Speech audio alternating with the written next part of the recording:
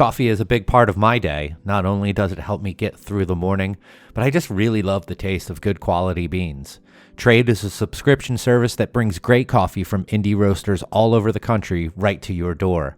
Tell Trade what you typically like, whether it's espresso or single origins or even decaf, even how you like to make your coffee, and they will recommend the right beans for you. Or you can just choose from over 450 different coffees. Then you select how often you'd like the coffee delivered to you. Shipping is always free, by the way. And if you need to skip a week or so, just do that. You can do it. No charge at all. Then pick back up when you're ready to get beans delivered to your door again. Go to unitedwedrink.com/trade to get started with Trade today and start getting some of the best coffees in the country delivered to your door. That's unitedwedrink.com/trade.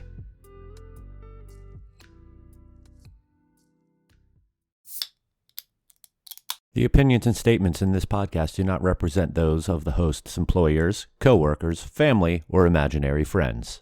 Now enjoy the show. Happy hour? More like amateur hour. Welcome to United We Drink.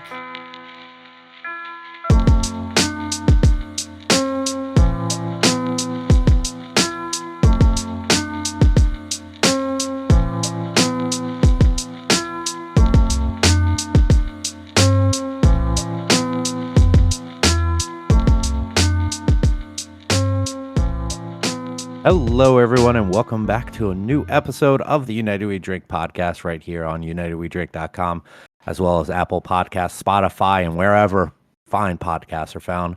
My name is Mike Urevich, and I'm having internet issues, so hopefully we record this episode well. With me, as always, is my friend, my compatriot, Kevin Abbott.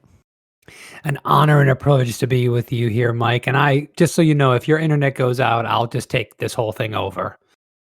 Perfect. I got That's this. what everyone wants to hear is an hour of Kevin Abbott talking. That's it. That's it. That if that happened, we'd get tons of more listeners.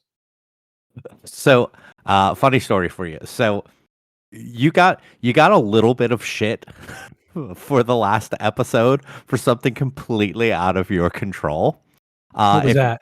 If you remember, and I'm talking to you, Kevin, and also to the listeners, both of us were quite sick the last episode that we recorded. Mm-hmm. You were coughing, sneezing, achy. We were the NyQuil commercial, and there was one point you sneezed without hitting your mute button, and I, in editing, missed taking it out. So someone was like, "Good job, Kevin, on not hitting the mute button when you sneezed." And like, yeah, that's it. We'll blame Kevin, not the guy who edited it and missed taking that out, because I took out a whole bunch of other stuff that you and I did. I'm like Rodney Dangerfield. I get no respect over here. I mean, I remember one comment, I got shamed for the volume of my microphone, as if I had... Same person. Oh, there we go. So as if I'm the one doing the mix. Like, my volume has been set the exact same thing since we've been doing our wrestling podcast, 15 years ago. So, but no, it's definitely my fault, the guy who's just talking. So, no, listen, I totally missed the mute button, which I did multiple times throughout that episode, and just made a mistake. It happens. I caught most of them. I missed one, apparently. Feeling much better. I'm not 100%, but I'm of the belief that I will never be 100% ever again in my life. So good bet. That's where I'm at. How are you feeling? I'm still...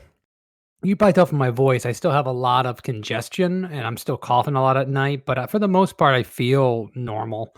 I did have a problem. I was doing my run yesterday and I started to feel really like, just my body felt tired. And I usually get through 3 miles with no problem. And about halfway through, I was kind of dragging ass. But yeah, it's just been coming and going for the last, I feel like 2-3 weeks. Yeah. Are you partaking in an adult beverage? So I am still, my wife and I have still not drank any alcohol this year Oh, are yet. you doing dry January? Like, Not really. I mean, there's been no like, oh, we're gonna start again February 1st. We might go longer. I might have a beer this weekend. I have no idea. We're not saying it's like any definitive time. I prefer it that way. I don't like this whole like personally, oh, yeah, I'm going to take off 31 days. No, let's I'm just not gonna drink for a little while and we'll see where it goes. So I've been drinking awesome, good for uh, you. yeah, just a little break. I mean, listen, when my dad was in town and over the holidays, I mean, I was partaking a lot. And not just that, but also eating everything that came in front of my face. I mean, the size of the charcuterie board that I made for New Year's Eve was impressive, and I ate all of it. So I've felt like for the next couple weeks, calm down, eat a little better, imbibe a little less. But to that end, I've been drinking some, not a lot, but NA beers, and I found this little doozy, the Oh, I've Sierra been wanting to try that Nevada one. Trail Pass IPA and Golden Ale. I picked up 6 packs of each. I am a fanboy for Sierra Nevada, have been for a long time. I mean, just everything they do is incredible. And I've been drinking a lot of these NA beers, not just recently, but over the last year or so. And I can say this IPA, one of the absolute best. Oh, sweet. I'm This looking is forward to just, trying that then. I've talked about this before, and I got this with like the Sam Adams hazy, is that so many of them have this like artificial saccharine kind of sweetness, like aftertaste, or like it's left on your lips when you've had a drink. And this does not have that, or at least has the least amount of it. And the hop profile, I'd like to have a little bit bigger of a hop profile personally, but this is delicious. And I also have a Golden Ale too, which I've already tried, which I have for the podcast. Top notch. So in love with these two. Oh, sweet. I can't wait to try that. Uh, I had been reading for a little while about those coming out, and none of the small places around me I've seen had it. So I assume Total Wine is where you got it. You assume correctly. All right, we'll have to take a trip there at some point soon. I am then for Kevin, it makes only sense that I am going double, and with a big beer as well. I'm having a Voodoo Ranger Fruit Force, one of Kevin's favorite beers. um, I do. I do love this beer. I've talked about it on the show, and when I was at the grocery store today, the big grocery store, I wanted to pick something up, and this was like the freshest thing available. Like they had a couple of the specialty little things from Sierra Nevada that were all like almost 6 months old, and I'm like, well, I'm not gonna get these, and I was like, all right, I'll just get Fruit Force 9.5% fruit punch IPA for me for recording tonight. Also have a little bit of wait, what is? Oh yeah, rye. It's Jack Daniel's single barrel rye that I got as a Christmas present. It's pretty good. Like you wouldn't think much of like a Jack Daniel's product, but I like it. I'm not sure if I had that one before. I've had Jack Daniel's rye. I don't know if I've had the single barrel rye. It's a little hot, but with some of the cooler days, I kind of like it. All right, Kevin, you proposed a topic for this week based off of a story. I don't know all of the story, so I would like you to tell this story and then let us know about what we're getting into. So I wanted to talk about pricing as far as our pricing, what we sell to distributors and what distributors sell. Basically, what the customer at the end of the day pays for a beer on the shelf, because it's changed quite a bit over the last several years. I mean, prices are going up for everything. And we've seen, a 40% increase in price on the shelf for some of our products over the last 3 years. So this is spurned on because I got one of the most I'd call it interesting. I'd call it ridiculous. Phone calls to someone looked up our phone number to our brewery and called and left like a 6 to 8 minute voicemail. In one way, asking about the availability of a particular beer, then telling me that they found the beer, and then telling me how it was too expensive and giving me business advice of how to be a better business. It was a mixture of scolding me, not me directly, but our brewery, scolding our brewery for our prices, showing interest in wanting to try the beer, and also giving me a play-by-play of the market in general from someone who has no concept of craft beer. So, and I was in this, I love this, who usually listens to these messages first is my partner, Bill McPhee. And he'll usually give me like, oh, this person wants this, or this person's interested in our beer in North Carolina. And I have to send him an email and say, we don't distribute there, whatever. He gave me nothing. It just said FYI. And I started listening to this. The person starts off by saying that they love the idea of our single and Havana beer, that they are Cuban. I believe they said they were Cuban in heritage, and they wanted to get their hands on this beer and try it. And they couldn't find it anywhere. Then they said they could find it at Total Wine and More, totally negating the fact that they couldn't find it anywhere.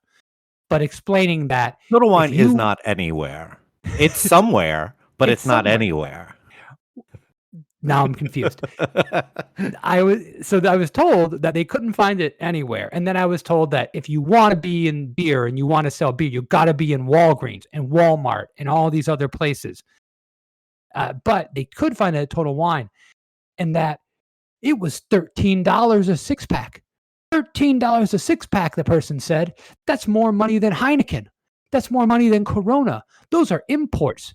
I don't know if you know this, but imports are more expensive than beer that's made right around the corner. That's why it's right around the corner, because it's cheaper. So I was getting a market, a description of what my beer pricing should be. I was explained that the beer has to be imported, so there's extra costs. I was also explained that even Budweiser, which is an American beer, is still the same cost as those, even though it's not imported, which totally negates the entire concept that the person was trying to say. And it would vacillate back and forth between needing to find it more places and the fact that they wouldn't buy it because it was too expensive. I don't know where this person was coming from. I don't know their background. I don't know what they know about craft beer. They were comparing, and this went on for 6 minutes. I mean, I just described everything that was said in about 45 seconds. Feels like an eternity, by the way. But this person kept going back and forth about how they wanted the beer, but it was too expensive, and telling me how my beer in a six-pack was more expensive than 12 packs. And they're a business owner. They're a businessman. And from businessman to businessman, he said, this is why nobody knows about your brewery. This is why you're not popular, is because you sell beer for this much. So you can't sell beer for this much if you want to be popular and you want to be successful. So I sat on that for a few minutes and I tried to decide whether or not I wanted to call this person back, because at the end, he left his name and his phone number asking for a callback. It wasn't just a bitch session. He legitimately wants to know other places to find the beer. I don't know why. I don't know why he would think that it would somehow be cheaper at the Publix we are in Miami, or Whole Foods, all places that we are in Miami as well. So I thought I kind of prepared myself to discuss all the reasons why our beer would be more expensive than Heineken.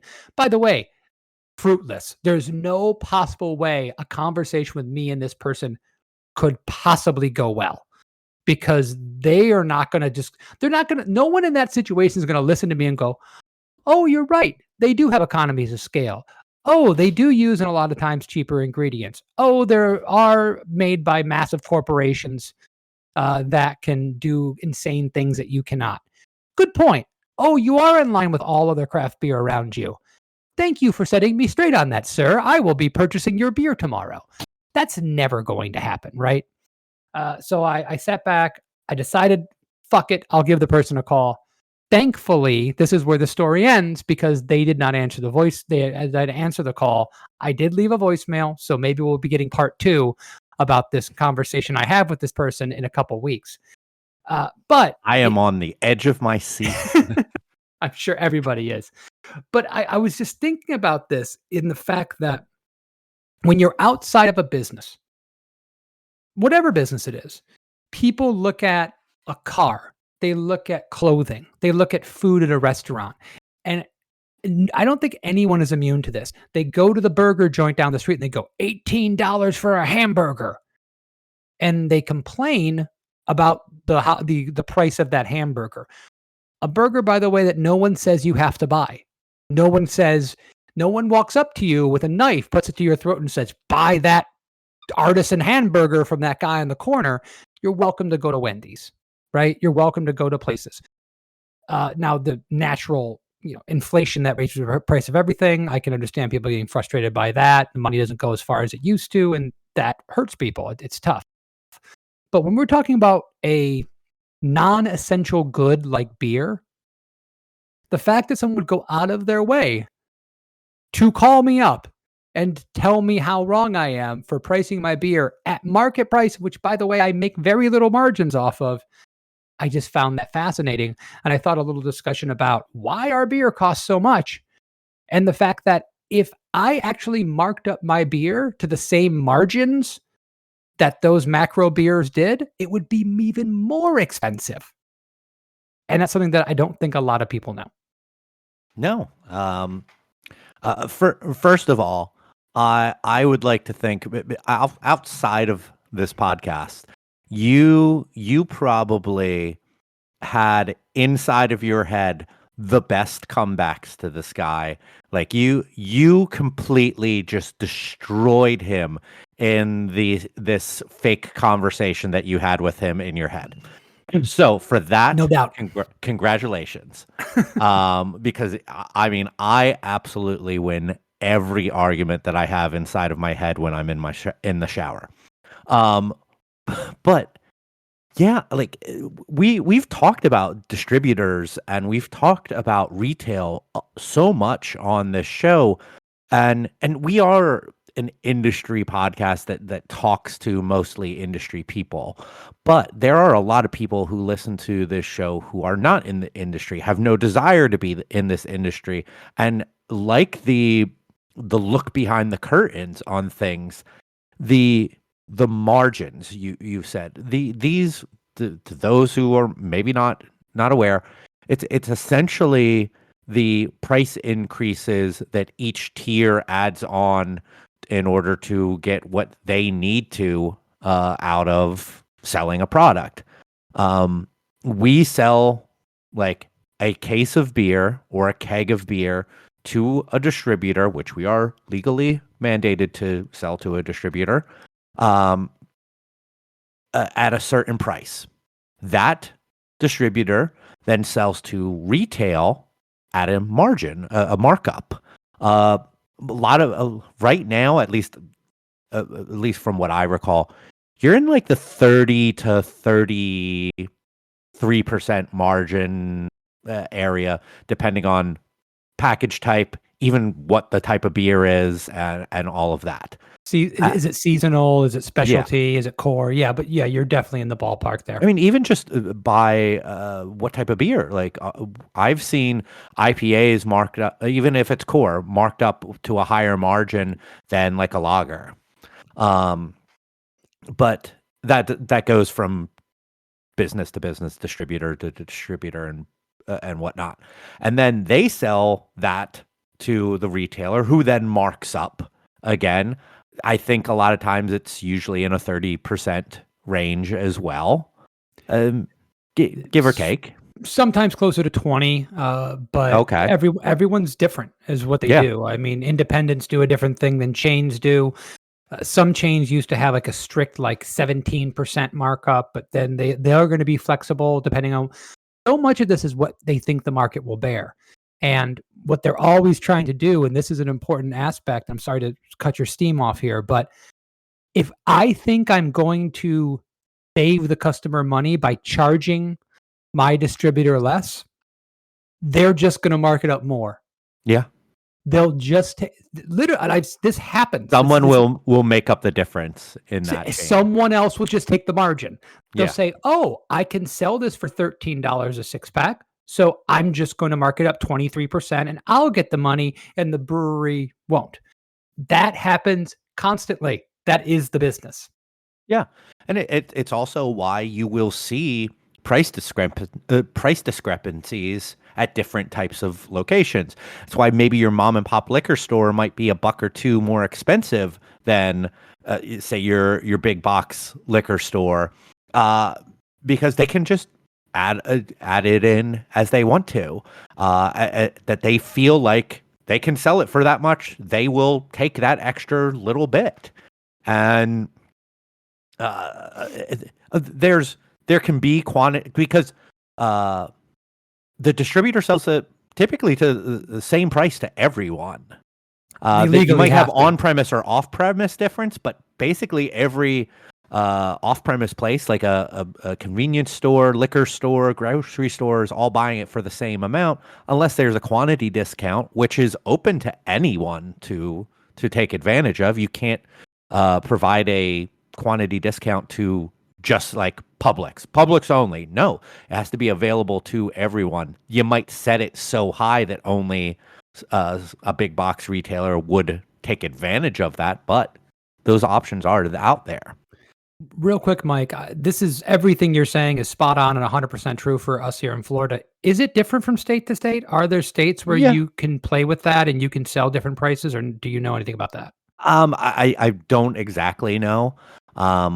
I do remember just from our time at our previous brewery doing stuff in Boston for Extreme Beer Fest, that when we registered our price, our products that we were sending up for that, the state actually publishes pricing on all of the beers from the distributors, so that like it is out there. So you can't pretend like it's a different price for one person or the other.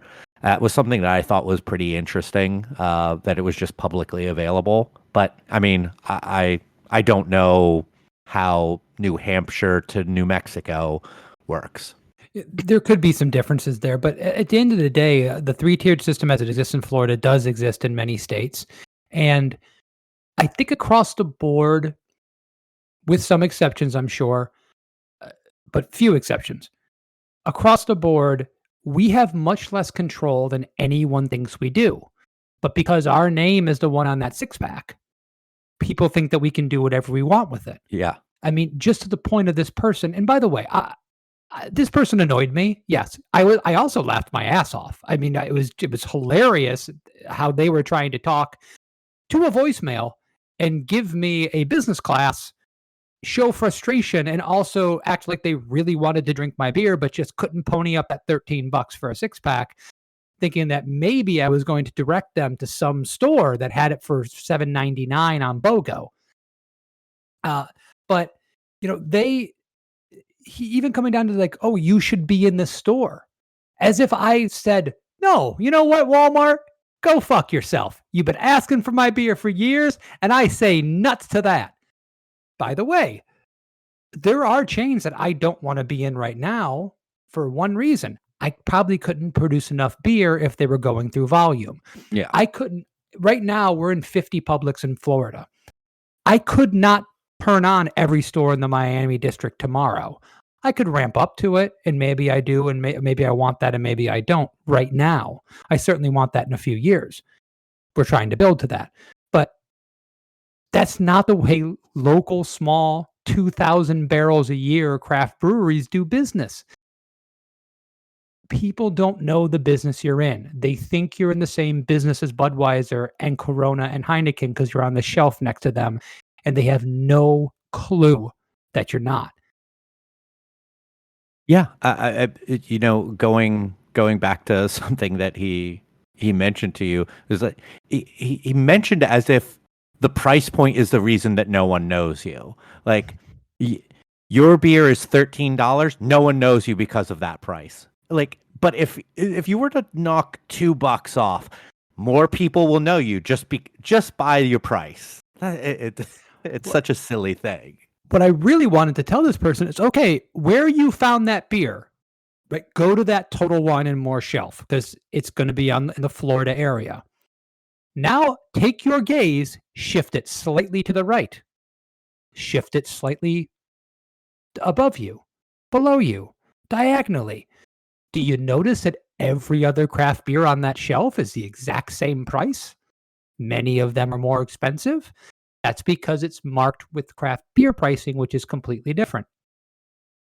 And I mentioned earlier about the fact that I understand if our beer is too expensive. On draft, it's too expensive for places. They say, well, we need to get I've been told by account, we need to get a half barrel for around $100. Well, then I'm not the right brewery for you. We don't sell any half barrel. We sell 2 different slims for under $100, right? That's not the business that we're in. And it's fine if you are not my market. I don't get mad because I can't buy a Tesla. At no point have I called up Tesla and asked to speak to Elon Musk and said, I went to go buy one of your cars, and do you realize that Kias are imported cars? And the Kia, your car was $15,000 more. And how can you justify that? That car has to go on a boat ride, and and they've been around for longer than you as well. And they actually sell more total automobiles than you do. So you should be ashamed of yourself. Trust me, I'm a businessman, and you need to, you know why no one has a Tesla? Because of your pricing, and you need to stop it. I mean, there are many reasons why Elon Musk should be ashamed of himself. The pricing of Tesla is not even in the top 10. I'll tell you this. I want to say that I have not bought a Tesla because Elon Musk is a shitbag. I want to say that's the reason. The real reason is I can't afford it. The benefit is that he's a shitbag and it's not going to get my money. But there are certain things that are just not for us.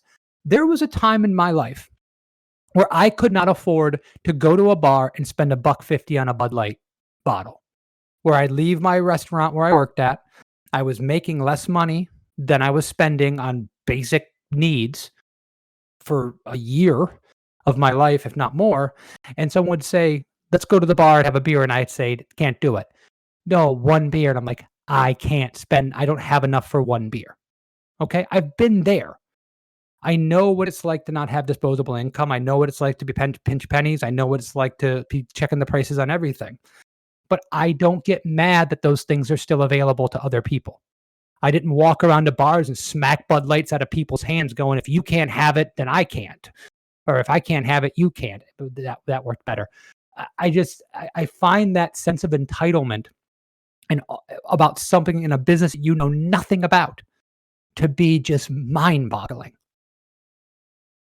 It also reeked of like this weird like mansplaining, but at a point like he didn't know whether he was talking to a male or a female, but it was just so much of that like, well, actually, let me explain it to you, as he pushes his figurative glasses to his brow. I get it to an extent, because we're even those of us who have better means are feeling it in our pocketbooks, and sometimes you just reach your end point on the day when you see something so outrageously priced, and for that person, he felt the need that in order to make himself feel better, he needed to look up the number of the business and call the business and leave a voicemail for a long ass fucking time. Which, the sidetrack, I when I worked in web hosting, we had a person in our billing department who would leave the longest winded emails to customers, like going be like, hey, you're past due on the. be like, and it sounded like he was talking to someone and just not letting them get a word in. And then he'd be like, you can call me back at blah, blah, blah, blah, blah, blah. And it's like, dude, that did not need to be that long. But I digress. I mean, this is just unfortunately part of the business that we are in. With our cost of goods, the amount of money we are losing on potential money we are losing on distribution chain of command, the tiers, because we're essentially losing like 50% on the beer that we're selling to a distributor going to a retailer, that when we sell it at that price in our tap room, we make much more money. And just like you said, if we could sell it for cheaper, we would try to, but someone would take it over in the chain. And we might not even try to, because we need to be competitively priced. And that's the thing, is when things are out of whack, and we do a market survey all the time, and we're always looking. At one point, I really wanted to be able to compete with Blue Moon locally. I can't compete with them as far as numbers, but I could turn X amount of people onto a better beer made locally that I think people would enjoy. And I really wanted to be closer to their price. So I tried to keep that Wizard 6-pack at $9.99. And you would see Blue Moon usually around $8.99, sometimes $9.99. And that was really important to me. Since that price has gone up, and we never took a price increase on that. We never were the impetus of it. It was our distributor that said, we're raising the price. You take your margin if you want it. If not, we're taking it. And they've done that 3 times now to us. Now that thing is going to be $13.99, probably sometime $12.99 to $13.99, probably somewhere in February with the next price increase. It's probably coming around the corner.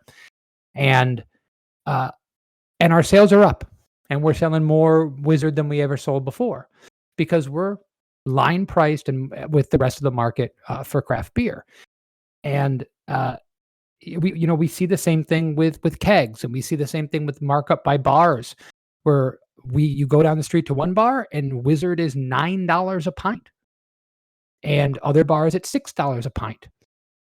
Well, okay, in our tap room we could sell it cheaper if we wanted, but guess what?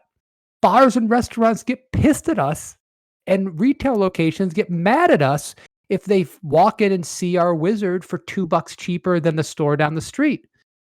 They get mad. I've had this conversation with multiple bars, multiple restaurants. Your prices are taking my sales away because they're just going to your tap room.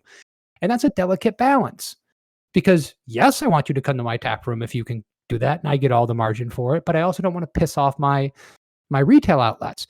So for the most part, our beer is priced to retail in our tap room to go about the same thing as the median level of the market. Yeah, our draft our draft is priced a little bit lower. We're not $9 a pint for Wizard, but we're not selling it for $4, man. That would be insane. Yeah, you don't see the draft issue really come up, but it definitely is with package. And you sometimes see the other side of the coin with their breweries who price their package higher in their tap room than at retail to try to make the retailers happy. Be like, look, we're making you cheaper and more accessible. And then the customers are upset by that. They're like, hey, why are you more expensive than the liquor store that I can get down the street? And you try to explain to them, hey, it's kind of a thing of goodwill with retailers. Like we tell people that they have our beer, and they don't get it that way. I recently had a Google review. I think it was a Google or Yelp. It was one of them. And by recently, in the last year, time flies, so I can't exactly pinpoint it, but that was saying how our beer was too expensive in our tap room, and that beer's supposed to be cheaper at the source. That was like their comment. Beer needs to be cheaper at the source.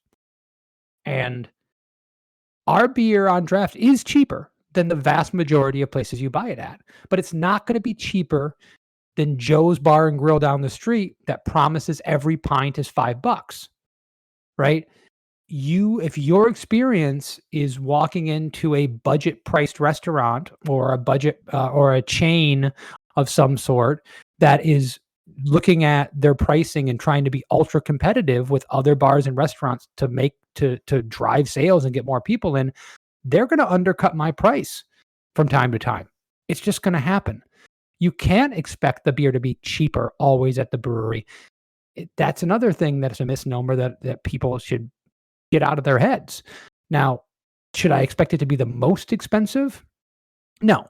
But there's just so many people that don't really know. I think there's so much of a unintentional blindness where you go to a place, you're not really looking at the prices, you're drinking something on a regular basis, and then one day you just get a sticker shock going, did you realize that this beer is $9? Like, yeah, it's been $9 for 7 years. Oh, no, it wasn't like that before. I promise you it was. You just get that will happen from time to time where people kind of, it's almost like they wake up and see something for the first time. Sorry, caught me mid sip. Yeah, and it happens to me. Like, and not so much with beer, but with like food in general. Like, I'm not great at looking at pricing on products, at least in comparison to what they have been.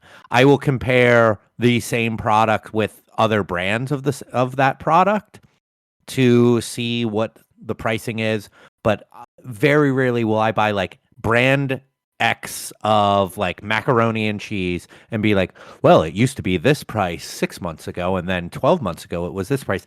I am not good at seeing that, but there are sometimes I grab something, I'm like, peanut butter, and I'm like, holy fucking shit, it's almost $10 for a jar of peanut butter. And like, have I been spending that all this time? And it blows me away, but that's on me. That's not on the product. That's not on the company. That's not on the grocery store. You call Jif up right now and you give them a piece of your mind. I'm sure, assuming Jif peanut butter is what you're talking about. Oh, absolutely. So there's a famous thing that happened, a political thing where I think it was George H.W. Bush was lambasted in the press because he didn't know how much a gallon of milk costs. Or he was asked I vaguely remember this, yeah. This was in my lifetime, obviously, but not in I wasn't an adult at this point. So this is something I learned about as I got a little bit older. And this was like scandalous. Like, how can you be attuned to the common man if you don't know how much a gallon of milk costs? And growing up, I mean, listen, I was not poor by any stretch of the imagination, but we were not people of like exorbitant means. Like, we always looked to save money, and we always looked at pricing and things of that nature because that was just what you did, right? So as someone coming from that background, when I first heard that, I was like, yeah, how do you not know how much a gallon of gas is? How much do you not know? How do you not know these things? And I'm happy to say that I am at a point in my life where I have no idea what certain staple food stuffs cost. I just don't know. I don't know how much a gallon of gas is around the corner. I don't know if it's cheaper 3 blocks down the street or not. And that's a luxury. I understand that that's a luxury, and I'm a very lucky person to be in that position. As I've mentioned before, I've spent parts of my life where that was not the case. So I understand the principles there, but there's many of people in my position, and there's millions and millions that are way more well off than me. And maybe what we're realizing is that's who craft beer is for. It's for people with a little more disposable income that aren't going to worry whether or not it's a $12 6-pack or a $14 6-pack. And I was terrified of going I was terrified of being more than $9.99 for the longest time. And it turned out it didn't really matter. First of all, it's one banana. How much could that cost? $10? Joe Blues. Job. That was Lucille, but was it? Yeah. But Yeah, that point, the 9.99 price, that was, I think, for so many of us, like, if we ever go over 9.99, we're gonna lose them. We're gonna lose them all. We didn't. We may have lost some. Sure. Like I, I off the top of my head, I don't know what our pricing in retail is, but I know that we charge $11 in our tap room for most of our core six packs right now. But there's probably some places where they're 12. But that's yeah, it's just the nature of the beast right now. Like the Voodoo Ranger six pack that I got, I think was $13.50 at Publix today. So, like I looked at that price. It's funny. I actually compared the price of this and some of the other like specialty seasonal IPAs that were there, and they were all like 13 to 13.50. I was like, wow, okay, they're pretty in line with one another. Um, and I bought it. I fucking bought it. Like it wasn't even a sticker shock to me. I was just like, oh, okay, that's what it's going for right now. And like, what is it compared to this juicy little thing? Oh, same price. Okay. So I mean, I would love if all of our grain and all of our hops and our yeast and most importantly, freight and shipping prices would go the fuck down so that we could bring our prices down. But the thing is, even if that happened tomorrow and say in 3 months, we were able to start being like, okay, we're able to cut a few bucks off of this here. You know what, distributor? We want to do a price decrease. They're going to be like, we're still going to charge the same price. just like Kevin said earlier, like they are not going to be like, oh, we're going to make less money off of that. No, they're not. That's why, like, we're all looking at the end of inflation and all of that for relief on our wallets. And there's going to be products that will work with that. But for a lot of products, and I think beer is going to be one of them, those prices are never going to go down because someone in that chain is going to be like, I'm not losing money off of this now. Like, why the fuck would I pass up that? Like, that's why the streaming services are always going up. Everything's always going up. They're never going down, hardly ever, because they want that extra money. And if their costs are going down and they could make more money, they're never going to go down in price, ever. Capitalism. All you do is reach a new plateau. Now we're on the plateau. It's not going to be going up anymore right now, but then we're going to have another thing in a few years. But even take the rapid inflation or the increased inflation and the issues we've had since the pandemic. A lot of these distributors they look at their price book every year and see where they can squeeze another 50 cents or 75 cents out of every single one of these brands. 30 cents. They don't care. They do so much volume. They're going to get that 30 cents is going to make a lot of difference on their bottom line. So that's always happening. It's always happened, and it will continue to happen in the future. And if we were experts, and you and I are experts in the beer industry, some people may disagree with us, but and that's fine. That's fine too. This is, everyone's opinion's valid here. But you and I are experts in the brewing industry. We're not experts in any other one of these industries. And many of the people listening that are not in the beer industry, they're experts in something else. People are saying, well, why does it cost so much for you to do my taxes? And they'll say, well, let me tell you what I have to do your taxes, right? Every industry has this thing. Everybody thinks that everyone else is ripping them off.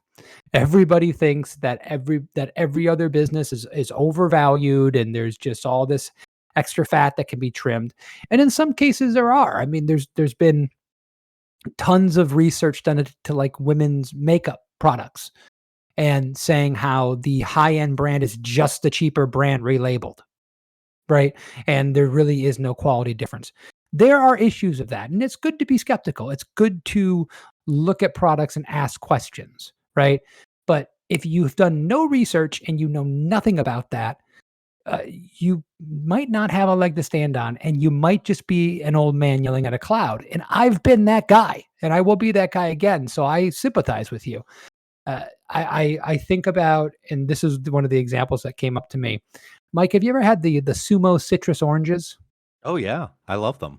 Okay, those things are magical. I don't know if our friends across the country, I don't know if you get the Sumo citruses, but I'm not a big fan of oranges. I don't like orange juice. I don't need an orange. Sumo citrus oranges are amazing.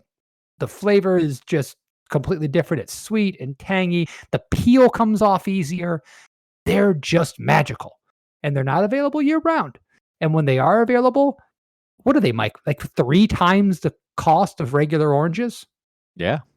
It could be 4 times. I don't honestly, if they were $20 a piece, I'm going to go and get 5 Sumo citrus oranges every time I see them at the grocery store because I eat one for breakfast every morning they're in season.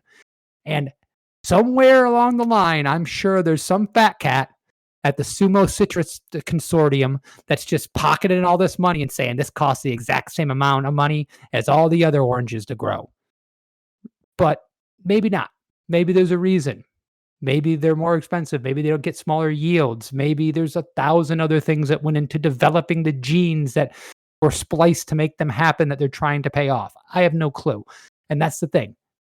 In a lot of cases, the people that are frustrated, they don't have a clue either. Yeah. I actually have used to make a beer with Sumo Citrus up in Pennsylvania, and I'll talk a little bit more about that in my last call. But glad to set you up. Those things are delicious, and yeah, my wife is a huge fan of those. But I used to work at an orange grove when I was in high school. Okay. And like the seasonality of the oranges and what like we are in like pretty much Honeybell season, which were a hugely popular variety of orange, at least when I worked there. Usually started I think like November to December and goes into the beginning of the year. Like those things would just fly. And we would do juicing with those, and like quarts and gallons of those would just go out the fucking door. And they were so much more expensive. I never really cared to know why. I was just like, oh, Honeybell season. All right, let's fucking juice these motherfuckers up and sell them out the door. Don't really know where I was going off of that, but I just wanted to say that I worked in citrus before. Brag. Super brag. Now I'm picturing you with a straw hat, some overalls, Farmer Mike. Can you make a beer that has you on the label with some kind? Maybe you can use Honeybells or Sumo Citrus at Copper Point, and you can be like the farmer on the label. Yeah, I got wearing some denim overalls with the legs rolled up to about halfway on my calves. Use a straw in your mouth. Oh yeah, and a banjo on my knee. that might not work. You do you, Mike. Yeah. But getting so off topic. But this, yeah, essentially, costs fucking suck right now. We make so little money off of beer going out into distribution because of margins for the middle tier and the end tier. And it's probably not going to get any better. That's my summation of all of this. And listen, take all that out of the equation. It costs us more money to buy our freaking ingredients. We don't have the economies of scale. When you're looking at lagers, we're using hopefully good 2-row malt. 6-row malt is cheaper. They're not using. We're just using Pilsner malt on our. But that's what, like, lagers. we use And that's more good, expensive than 2-row. That's what I'm saying. We use a Pilsner malt base from Weyermann. Weyermann is not the most expensive grain company, but they're not the cheapest by a long shot. And that's the base malt on all our beers. Forget the hops. Forget the fact that we're using hops have been going up in price well before any of this shit was happening. But even before the skyrocketing, I mean, there's a difference in experimental hops for your IPA can be 2 times the cost of the typical hops going into a boring lager from a macro brewery. I mean, I say it over and over again. Comparing what we do to what a macro brewery does is like comparing the orange business that Mike apparently is an expert in to Tesla's. They're different businesses, completely different businesses. They have an end resulting beer, but as far as getting there, I mean, everything is completely different. And people comparing the two, I understand why people compare the two. It makes sense to an end user. But if you just do a little bit of research and ask a few questions, you can see that there's a big difference. It's like the difference between McDonald's and a local independent burger shop. They're in different businesses. Period. Yeah. All right. Anything you want to add on to this pile on to this guy? Well, see, I would love if this person was just like a secret listener to this, found this podcast for whatever reason, or maybe he mentioned how he called and told off a Barrel of Monks Brewing to a friend, and that friend listens to our podcast. That would be amazing. But no, my guess is that this person will never hear this. But I do hope that this person calls me back, because even though it will be painful, first of all, I'll get to recap people here for anyone that cares. But I just want to know how it's going to go. I want to do my best, not to be rude or mean, but to give them real reasons for why the thing is the way it is, and see if there's any way possible that the person would accept what I was saying. Unlikely, but you never know. I look forward to a hopeful part 2 to this. Here. All right. Let's move on to last calls, the point in the show where we give each other an unspecific amount of time to talk about whatever it is that we want, beverage related, unbeverage related. The only rules is that it is uninterrupted, unobjected, unopposed. Kevin, what is your last call? Mike, last week for my last call, I talked about Barry Sanders because it was on my mind because I watched the documentary. And I'm going to talk about football again this week, but in a kind of a different context. In the last week or so, 2 of the teams that I grew up as a diehard fan in football had incredible things happen. The Michigan Wolverines won the national championship, which they hadn't done since 1997. And the Detroit Lions won their first playoff game since 1991. 91 or 92. I believe it's 91. And those are things that were huge in my life. I remember them losing to the Redskins in the NFC Championship game back in 91, and how heartbroken I was. And I remember all the times that Michigan lost to Ohio State growing up, or they didn't win the national championship, or got blasted in a bowl game. And I was a die-hard fan. I would cry. I would weep with these teams. One of the greatest things I ever did was I got a chance to go to the Big House in Michigan, and my dad took me to see a game there. I've seen so many games at the Silverdome back when the Lions played there, including when, as I mentioned last week, when Barry Sanders gained his 2,000th yard. And if you would have told me that it would take some 30 years for those 2 things to happen again, I would have thought, man, that really sucks. But if you had told me when it happened that I would not give a shit, I would have been flabbergasted. And here I am. I don't really care. I have kind of given up on football. Years ago, I haven't watched a play of an NFL game in probably 5 years, maybe more. And I used to be the person that would sit and watch every single game that was on television, no matter what. Wasn't even just my team, knew all the scores, read about the teams. And I did the same thing for college. And it's amazing how things change.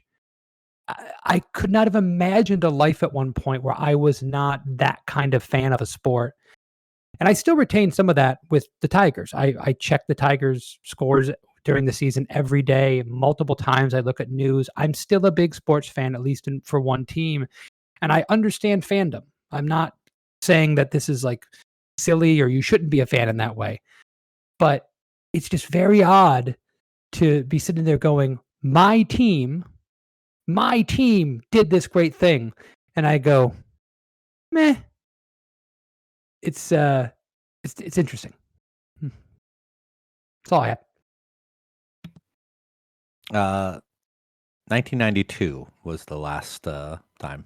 Okay, the it was the Lions won. 90. It was the 1991 season. Yes, you were right. Okay. Yeah. So I'm kind of upset with myself that this wasn't my last call last week, but it escaped my mind at the time.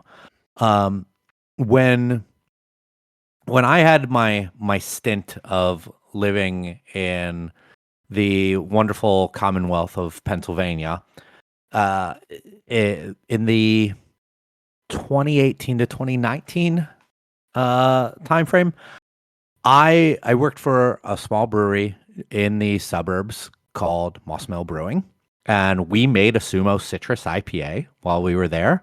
And I remember zesting and juicing many, many, many of those things because we were small and we liked to use real ingredients with things.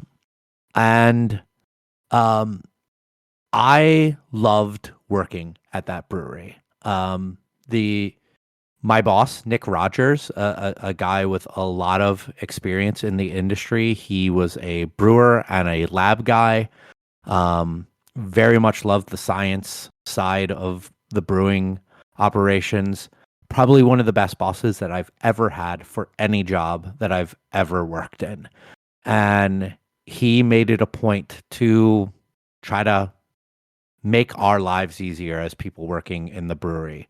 Well, Moss Mill closed their doors on December 31st. And it made me very, very sad because I loved my time there. I loved it. From working in the brewery with Nick and with Courtney Costa, an amazingly talented brewer. Our salesperson, Matt Taylor, Nick's wife, Evan, all of our bar staff. I loved working behind the bar there on Friday nights. It was fantastic to meet the regulars who loved our beers, meet new people who were getting into craft beer, getting into local craft beer, finding out about us for the first time. I cherish those moments that I worked there so much. And I'm very bummed that they were unable to make it through all of this. I was very proud of every beer that we made there. We really made it a point that we wanted to put out quality beer and not just bullshit. So I raise what I have a little bit of whiskey left to Nick and Evan and everyone who I've ever worked with at Moss Mill. It was some of the best times of my life working there, and I wish you all the best of luck in whatever comes next for all of you. And yeah, cheers to that. I had no idea that happened. You didn't mention that to me. That's Yeah, really sad.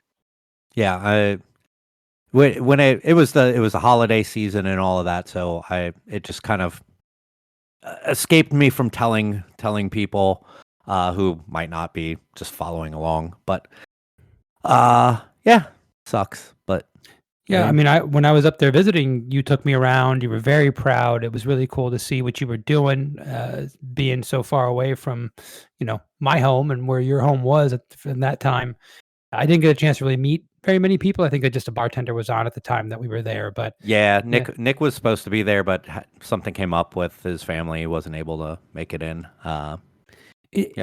It's such a shame, and we see this so much in the brewing industry right now. I keep seeing things from like Florida Beer Blog and other people. Oh, this is our last day. I keep seeing these things pop up all over the place, and we forget there's people behind those brands, right? People that were passionate, people that made their livings, and people that they thought they were going to have the world in their hands. And it's when it's actually a place that hits close to home to us, it changes that dynamic a little bit. Yeah, and I certainly try a lot of times with some of the closures, even if it's like a shitty company that you're like, yeah, fuck those owners, but you know what? Say fuck those owners, like fuck that guy. The bartenders who were pouring beers there, they didn't have any fucking say in the bullshit backstage shenanigans or quality issues there. Sometimes even just the people working in the brewery might not have had any say on that. They might have said, "Hey, we should be doing this," and get overruled.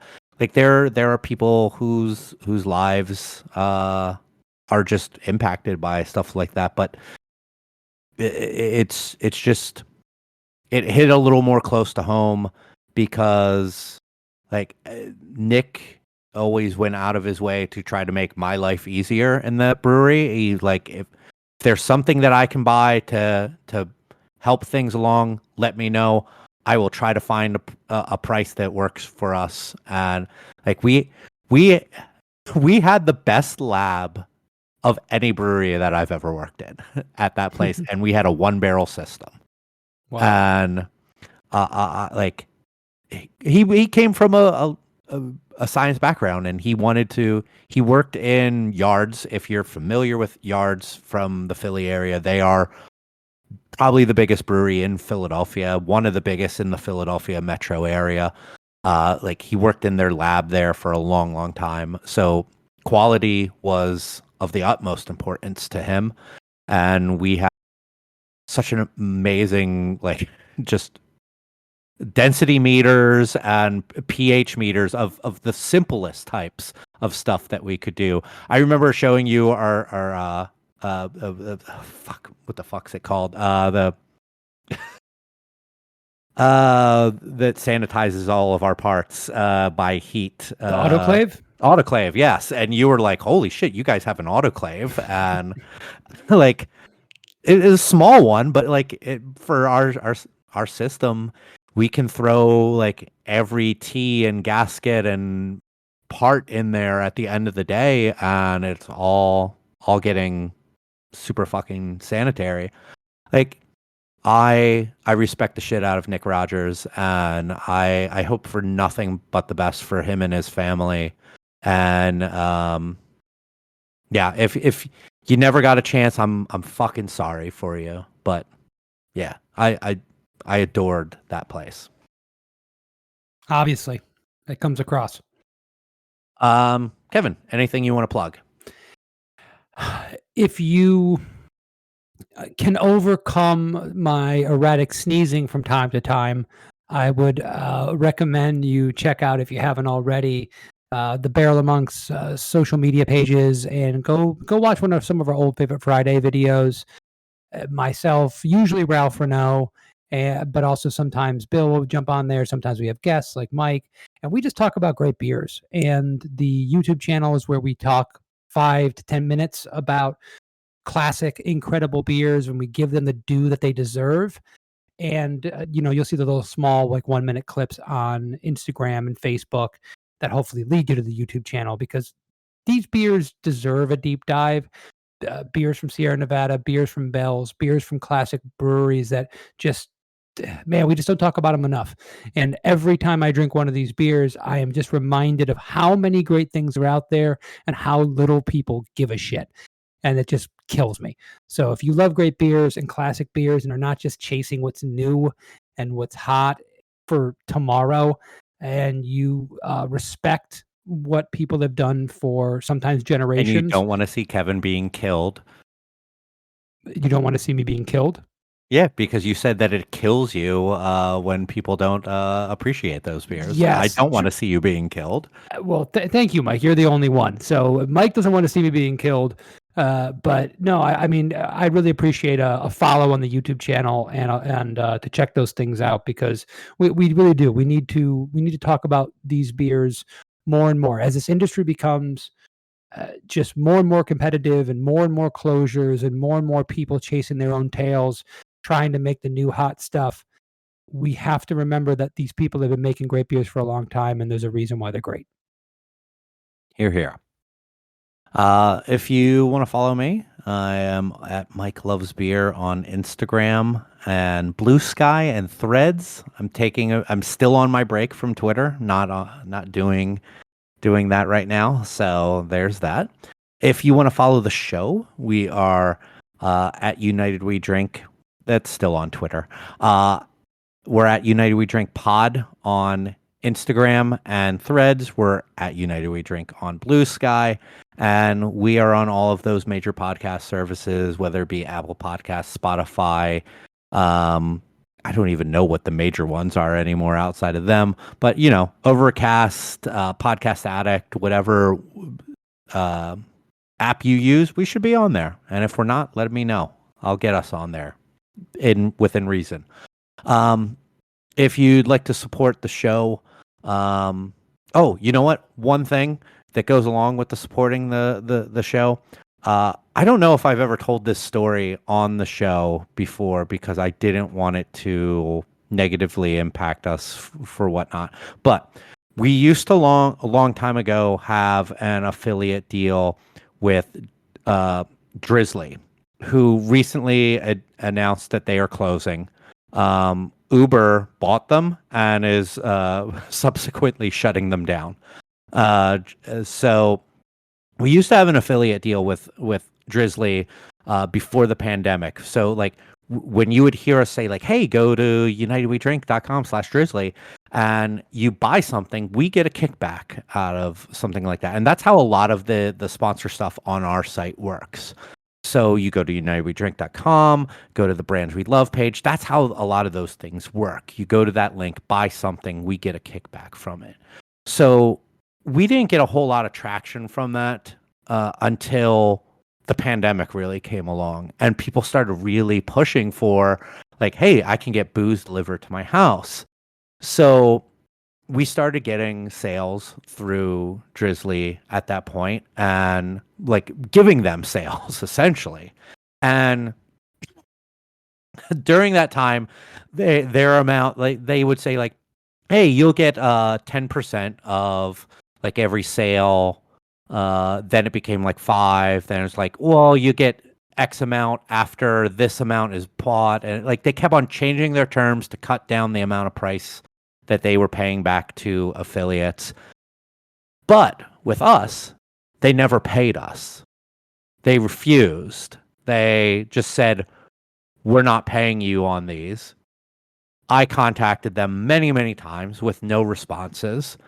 I used our service, Impact, who was the affiliate service that we worked through that connected us together. And they're like, try this email address. We can't really do a whole lot because they're just using our service, but they should be paying you for referrals that you give them. And they just never responded to us. I blasted them on social media a couple times, never got any responses to them.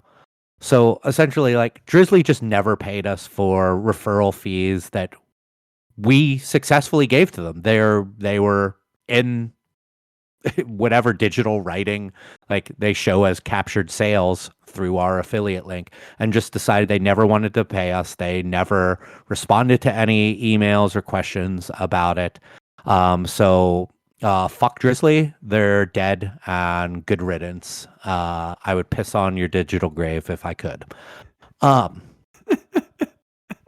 if you want to support actual good brands who have paid us for our referrals, go check out our website, unitedwedrink.com, and go to the Brands We Love page. There's people like Liquid Death and Made in Cookware and Trade Coffee that we have we've had some of our fans go and purchase products through, and they have then given us the things that they said that they would give us in response. So please go do that. It would be very much appreciated.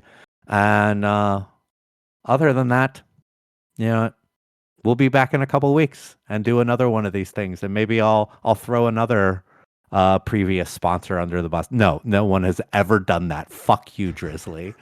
We'll see you again. Cheers. Fuck you, Drizzly.